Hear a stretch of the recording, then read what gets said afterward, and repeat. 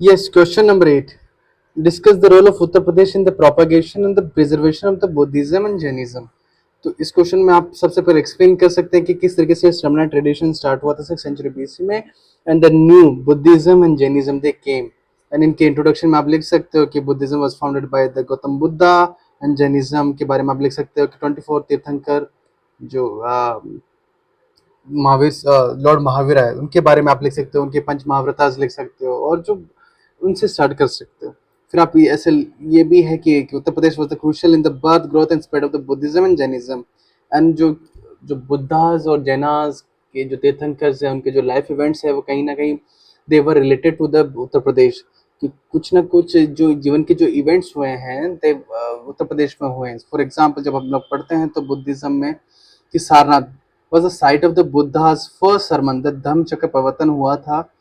तो ये सारनाथ हुआ था। तो धम्म चक्र प्रवर्तन उसको इसलिए बोला जाता है कि जो पहले जो बुद्धा के साथी थे उन्हें छोड़ के चले गए थे। जब बुद्धा को ज्ञान प्राप्त हुआ तो दे बिकेम हिज डिसाइपल्स। तो उस चीज को जब फर्स्ट सरमन दिया था तो उस प्रोसेस को धम्म चक्र प्रवर्तन बोलते हैं। क्वेश्चन अगर इंपॉर्टेंट साइट है जो हम जानते हैं पुराने क्वेश्चन में डिस्कस करें कि यहाँ पे बुद्धा को महान परिनिर्वाणा मिला था and important site for the international Buddhist pilgrimage. Similarly Shravasti जहाँ पे बुद्धास ड्यूरिंग मॉनसून में रिसाइड करते थे and it was the capital of the Kosala and host Jetavana's monastery. और इसके अलावा आपको और कई साइट्स है जैसे मैं आपको बताना चाहूँगा कि मथुरा, आप ये मान लीजिए मथुरा जो मथुरा आर्ट है तो इट वाज आल्सो कि बुद्धिस्ट इमेजेस बनती थी। आप मथुरा आर्ट का आप उसके डिस्क्रिप्शंस दे सकते हैं कि रेड सैंडस्टोन है वो यूज किया जाता था ना 1st century BC and others जो आप उन आर्गुमेंट्स दे सकते हैं। सिमिलरली और अलग साइट्स आप दे सकते हैं। फिर जैनिज्म की बात की जाए तो Kashi was the prominent site birth place of the Parshvanath. आप ये तीर्थंकर से याद कर सकते हैं कि फर्स्ट तीर्थंकर कौन थे, ऋषभ देव थे, फिर महावीर स्वामी 24 थे। सो इस तरीके से जनरली ये क्वेश्चन प्रीलिम्स में आ जाते हैं तो आपको पता होना चाहिए। देन नमीनाथ नमीनाथ इनके icons symbols for example snake lotus अलग अलग जो भी आपको वो याद कर लेना है। Ahichchhatra Bareilly district important site for the archaeological remains of Jains. Similarly एक और है कि एक जो महावीर स्वामी हैं तो he used to come to the Kaushal for the spread of the Jainism message।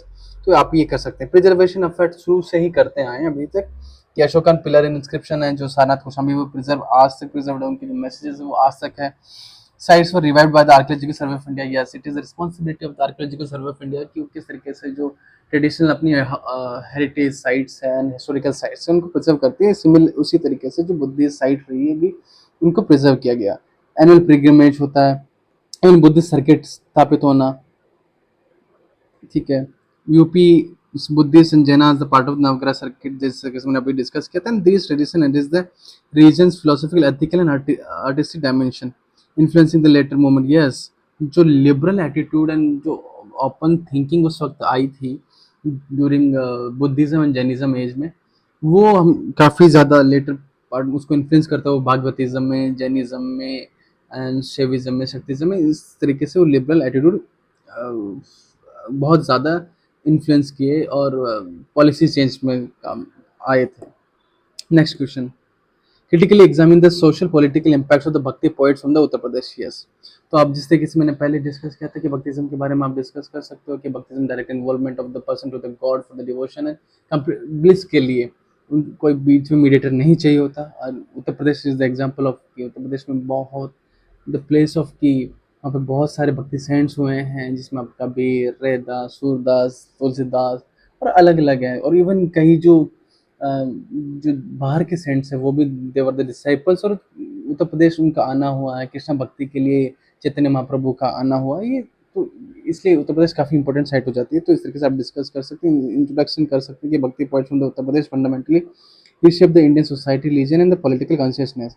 Prominent इनकी बात होती है तो कबीर हमने डिस्कस किया कि व्यूअर फैमिली में पैदा हुए थे, मुस्लिम हिंदू मुस्लिम यूनिटी की बात की थी उन्होंने, निर्गुणा सेंट थे और इनफॉर्मनेस गॉड की उन्होंने बात की थी और जो कास्ट सिस्टम था उसको चैलेंज किया था।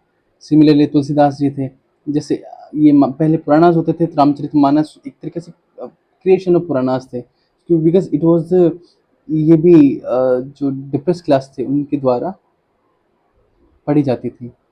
Surdas compose lyrical versus Braj भाषा में कृष्ण भक्ति के लिए काफ़ी फेमस थे। रविदास जी का social dignity, dignity of labour, casteism को अटैक किया, ये बहुत ज़्यादा ये इम्पोर्टेंट होते हैं। हम जब तक बात करते हैं क्या बोलते हैं कास्टिज्म की, और जो लोअर कास्ट पीपल थे उनको अपलिफ्ट करने की जब बात आती है तो फिर रविदास जी का नाम वेरी इंपॉर्टेंट हो जाता है। अब जब इनकी इम्पैक्ट्स की बात करते हैं तो social impact, yes definitely casteism को उन्होंने झटका दिया था। सिमिलरली वीमेंस की कंडीशन इंप्रूव हुई थी, ह्यूमन कंडीशन इंप्रूव हुई थी, स्पिरिचुअलिटी यूनिटी हुई थी, कोहेरेंस हुआ था, हिंदू मुस्लिम यूनिटी हुई, कई सिटी स्टैब्लिश हुई, trade and commerce, linguistic languages, कई ग्रंथ, for example Bijak, lower caste में एम्पावर किया, women common folk that we have already discuss, art and craft. Political reasons की बात की जाए तो पॉलिटिक्स में भी काफ़ी इन्फ्लुएंस हुए थे, सोशल हायरार्कीज को ख़त्म किया। इवन जो मतलब कई स्टेट में सर्विसेज में Hindus were also included. Composite culture की स्थापना, इवन जो ये आइडियाज़ थे तो वो लेटर टर्म में जब नेशनलिस्ट मूवमेंट स्टार्ट हुआ तो उनके उस मूवमेंट में हेल्प किया गया, नेशनलिस्ट फीलिंग डेवलप हुई, कनेक्शन हुआ, है ना, रिफॉर्म्स हुए, रिफॉर्मिस्ट मूवमेंट, रिवाइवलिस्ट मूवमेंट। तो ये इसकी वजह से नेशनलिज्म की भावना लोगों में उत्पन्न हुई और ये आगे बढ़ता चला गया। Yes, next question. UP has been the crucial composite culture, Ganga Jamuni tehzeeb का एक कंपोजिट कल्चर का एग्जांपल दिया जाता है। गंगा जमुनी तहजीब मतलब यूपी हमेशा से गंगा जमुनी तहजीब की बात की जा सकती है, मतलब एक कंपोजिट कल्चर की बात करी जा सकती है, क्योंकि हम देखते हैं कि इवन एंशिएंट पीरियड में कि यूपी लैंड ऑफ, वहाँ पर बहुत सारे आइडियाज़ हमेशा मिले हैं, जैनिज़्म, बुद्धिज़्म, भागवतिज़्म एंड इवन जो श्रमण ट्रेडिशन थे, आपस में बहुत सारे आइडियोलॉजीज़ थी। तो उस आइडियोलॉजीज़ ने कभी भी एक दूसरे में रिफ्ट पैदा नहीं हुई कि कंपोजिट कल्चर की ही बात स्थापित हुई थी। तो सिंक्रेटिक कल्चर हम उत्तर प्रदेश में हमेशा देख सकते हैं, हम लैंग्वेजेस में देख सकते हैं, हम हिंदू मुस्लिम ट्रेडिशंस में देख सकते हैं, हम पॉलिटिक्स में देख सकते हैं, हम सोशल लाइफ में देख सकते हैं, हम कल्चर में देख सकते हैं, हम पॉलिटिक्स और हम इकोनॉमी में देख सकते हैं, हम और भी लिटरेचर में देख सकते हैं, फेस्टिवल्स में देख सकते हैं, इस सब में देख सकते हैं। जहाँ तक बात हो सकती है तो दिल्ली सल्तनत मुगल पीरियड में अवध था रीजन, वो सिंक्रेटिक कल्चर की बात होती है। नवाब साहब Awadh Ram celebrated the Ramlila Muharram, poetry की बात हुई, literature languages, Urdu was the synthesis of the local languages, और जो पर्शियन और अरबिक भाषा थी उन सबको मिलके जो लैंग्वेज बनी उसको उर्दू बोलते हैं। Similarly Hindustani classical music, yes it is very important, जो अ, दोनों से बन के बना है। और हम लोग आर्किटेक्चर की बात की जाती है तो फतेहपुर सीकरी, सीकरी फतेहपुर सीकरी में आप देखते हो कि जो जोधाबाई महल है उसमें हिंदू फीचर है, हिंदू के फीचर्स हैं। सिमिलरली और जो बुलंद दरवाज़ा है उसमें हिंदूज कार्विंग है, जाली वर्क्स यूज़ हुए हैं। सो बहुत सारे जो फीचर्स हैं वो हिंदू फीचर्स हैं, तो एक सिंक्रेटिक कल्चर की भावना उत्पन्न होती है। इवन पेंटिंग्स में यू कैन से, तो ये सारे जो एग्जांपल्स हैं आप उसमें कोट कर सकते हो। और जो पॉलिटिकल जैसे आर्किटेक्चर मोन्यूमेंट्स लाइक बड़ा इमाम बाड़ा, Rumi Imambara that we have discussed, Persian calligraphy and Muslim stance domes Hindu temples में भी यूज़ हुए हैं। और जब पॉलिटिक्स की बात की जाए तो अकबर की policies, Ghiyasuddin Tughlaq policy, celebrating of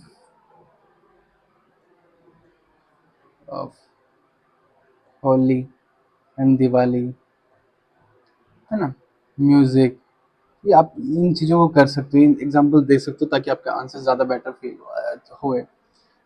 तहज़ीब रिफ्लेक्ट्स म्यूचुअल रिस्पेक्ट, जो आज भी हम लोग कहते हैं लखनऊ में कि पहले आप अदब, तो ये वहीं से आया है। सोशल हार्मनी हुई है आपस में। तो जो एक ये भी कहा गया कि जितना ज़्यादा सोशल हार्मनी रहेगी वहाँ पर पीस ज़्यादा एस्टेब्लिश होंगे, लॉ एंड ऑर्डर सिचुएशन अच्छी रहेगी। तो सिमिलरली यही हम इसी को हम गंगा जमुनी तहज़ीब बोलते हैं।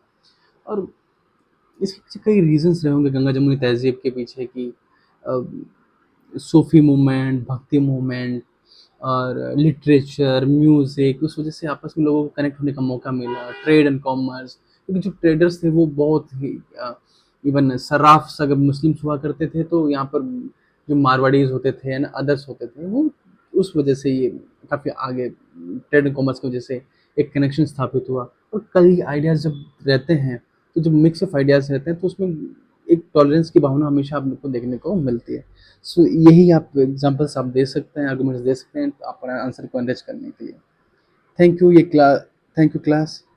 अब हम नेक्स्ट यूपी स्पेशल क्लास 2 पे आएंगे जल्दी, तो थैंक यू सो मच।